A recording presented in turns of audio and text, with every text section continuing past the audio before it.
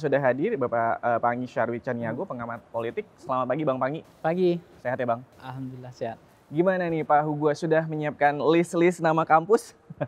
Ini kalau misalnya kita ngomongin soal bagaimana wacana dari Ketua Komisi Pemilihan Umum Hasyim Asyari ini memperbolehkan wacana terkait dengan pasal 280 ayat 1 poin H Undang-Undang Pemilu tahun 2017.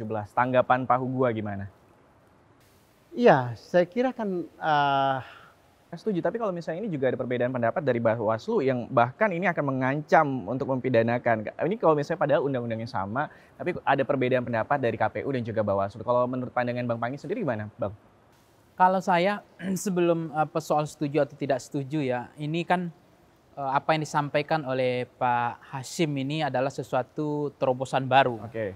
Yang sebetulnya ini tidak dianggap relevan gitu untuk dilakukan.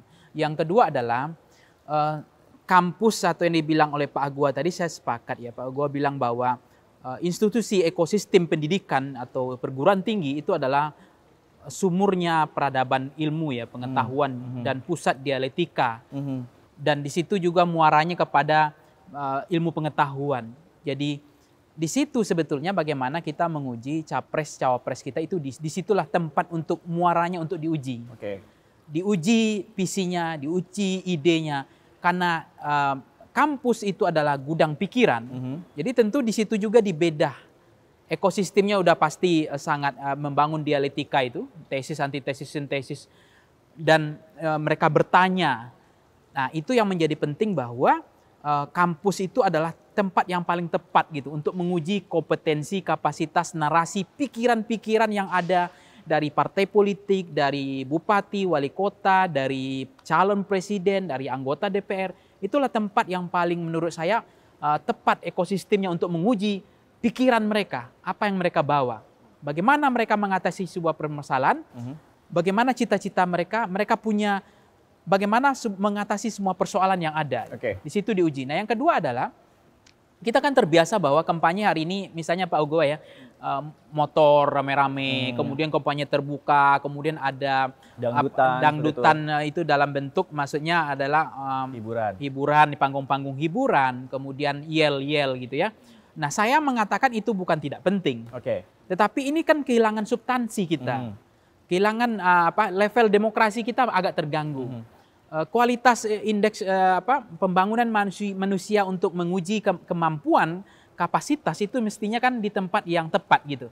Nah kalau kemudian di tempat tadi ada panggung hiburan tadi, kemudian di konvoi kendaraan, kemudian di lapangan itu kan tempatnya juga tidak bisa menguji gitu kapasitas. Itu hanya sebagai bentuk bagaimana menghibur saja gitu. Jadi menurut saya kalau misalnya poin ketiga adalah Undang-Undang Nomor 7 tahun 17, Undang-Undang Pemilu itu ya, Pak Ugua kan bilang bahwa apa yang dibilang Pak Hasyim kan sebetulnya saya setuju juga bahwa yang dilarang itu adalah menggunakan fasilitasnya.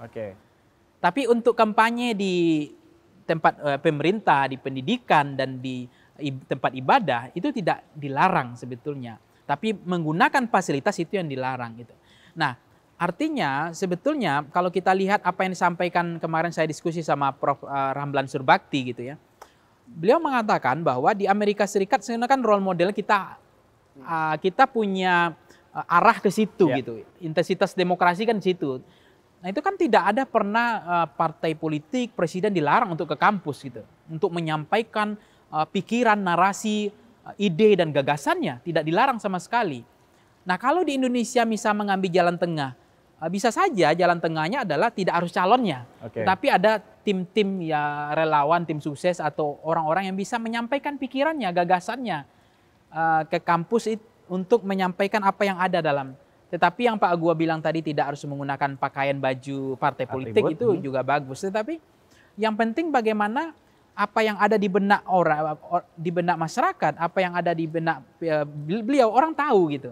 Sehingga kita kan hari ini kan begini ya, kita lucu jadinya. Kita hari ini begitu ada pemerintahan DPR atau presiden atau partai politik atau bupatinya nggak kompeten, kita marah-marah hari ini. Padahal kita nggak pernah uji dia di kampus kita waktu juga itu. Nggak nyoblos juga mungkin. Nah sekarang kita nyalain mereka nggak bisa kerja. Sementara kita nggak pernah nguji mereka. Tidak pernah kita misalnya fit and proper test lah. Ini cocok nggak jadi pemimpin orang kayak begini? Substansi penting. Iya, substansi penting. Yang terakhir adalah ini kan bukan soal transaksional pragmatis saja. Jadi politik gencu, politik pencitraan, politik hanya adu transaksional isi tas misalnya, ini menurut saya sudah nggak relevan lagi di Indonesia gitu. Karena kita ini negara maju. Sudah level kita ini negara leading settle, sudah menjadi negara yang menjadi miniatur dunia yang disorot oleh dunia. Nah, artinya kalau kita masih gaya-gaya kompoi-kompoi, hanya sebagai panggung dangdutan gitu ya. Ini kan menghilangkan wibawa bangsa kita gitu. Bang Bangi. Bahwa ini mestinya clear di kampus gitu. Dan kita kampanye di kampus, debat publik kah atau bagaimana penyampaian visi dan misi kah? Idealnya seperti apa, Bang? Ya, itu format itu sebetulnya kan itu teknis ya. Ini kan soal apakah memang kampanye ini tetap akan kita larang di kampus atau memang tadi kampanye itu tidak dilarang di kampus, di dunia perguruan tinggi sebagai ekosistem intelektual, penghubung antara politisi dengan kaum intelektual. Jadi menurut saya itu shelter lah ibaratnya itu. Jadi terkoneksinya antara politisi dengan intelektual itu ada di kampus. Tidak di lapangan, tidak di tempat kompoi tadi, tidak di tempat panggung artis tadi gitu. Nah, disitulah titiknya gitu, titik intelektual dengan politisi. Nah, ngumpulnya di mana? Shelternya itu adalah ekosistem pendidikan perguruan tinggi tadi. Yang kedua adalah bagaimana teknis kampanyenya nanti modelnya, itu kan diatur nanti. Bagaimana panggung debatnya misalnya. Kemudian apakah nanti ada fit and proper test-nya, uji kelayakannya, atau nanti ada uji kompetensi kapasitas masing-masing mereka, KPI-nya seperti apa, key performance indicator yang dibutuhkan untuk mengisi sosok kepemimpinan ini gitu. Jadi apakah dalam bentuk debat, apakah dalam bentuk panggung dialektika mereka untuk menyampaikan orasi-orasi kebangsaannya, orasi-orasi tentang permasalahan yang dihadapi. Jadi itu hanya soal teknis tetapi yang jauh lebih substansi apakah kita akan tetap besok ini ingin menaikkan kelas bangsa kita ini, atau akan tetap kita menjadi kelas bangsa yang kemarin gitu. Saya tidak mengatakan bahwa panggung konser itu tidak penting, tetapi bagi saya selevel Indonesia sebagai hari ini G20 ya, kemudian negara kita sudah negara leading sebagai negara yang diperhitungkan di kawasan gitu. Tapi kalau masih kampanyenya model-model begini, kan kita mau ditaruh mana wajah kita? Malu juga gitu. Nah, yang ketiga adalah Mas Uki, menurut saya Pak Ugua, coba tunjukkan sama saya, sudah banyak negara demokrasi di dunia, tidak ada yang melarang kampus itu tempat untuk kampanye, nggak ada. Itu diskursus yang menjadi penting dan itu sangat center excellent gitu. Jadi itu pusatnya peradaban. Sumur pikiran gitu loh. Jadi saya tidak melihat itu, bahkan di Amerika sudah ratusan tahun mereka kampanye di kampus. Nah, tiba-tiba kok di Indonesia kita katanya ngaku negara yang maju, negara yang akan leading sebagai negara penentu di kawasan, tiba-tiba kampanye nggak bisa masuk ke ke ruang gerak kita, nggak masuk kepada panggung ekosistem pendidikan. Padahal pendidikan perguruan tinggi tadi adalah sebagai sumber leadership nasional juga.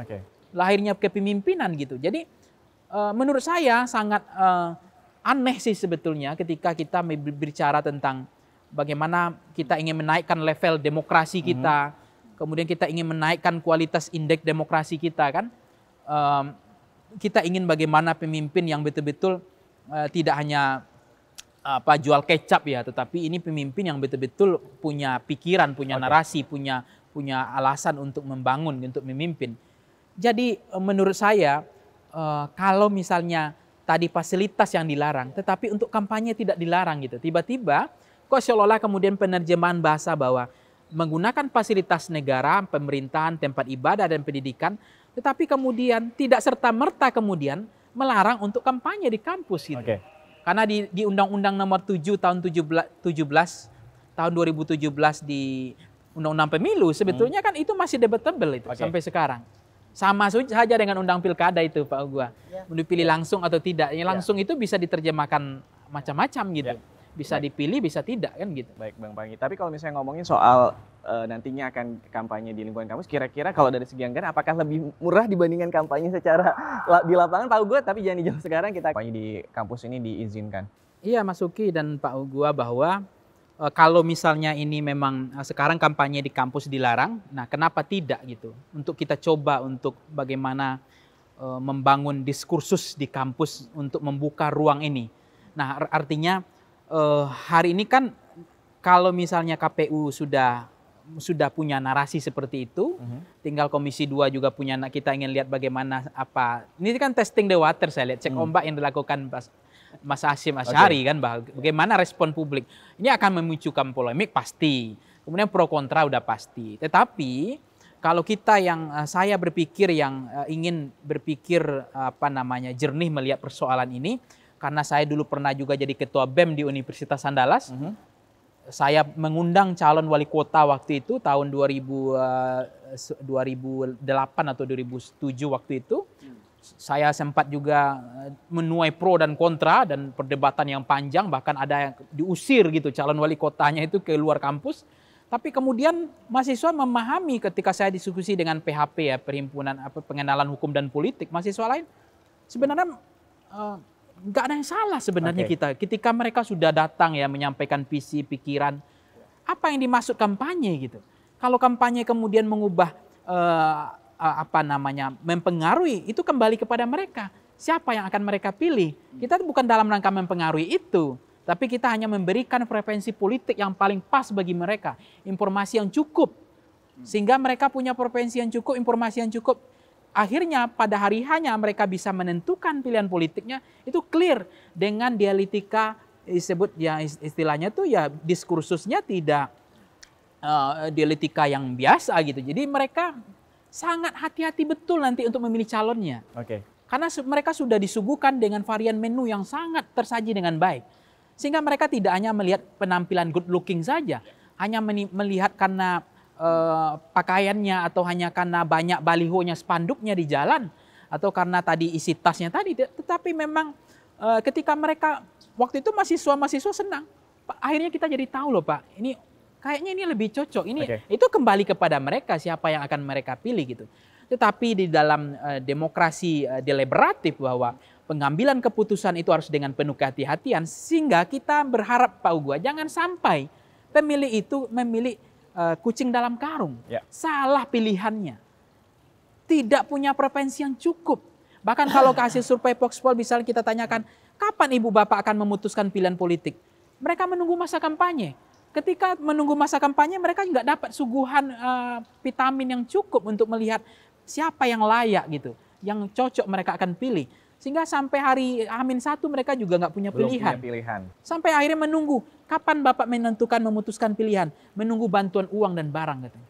Karena mereka nggak dapat suguhan dari dialektika, pikiran, narasi. Mereka tidak melihat visi capres itu, CV dari visi yang tadi diuji di kampus tadi nggak ada.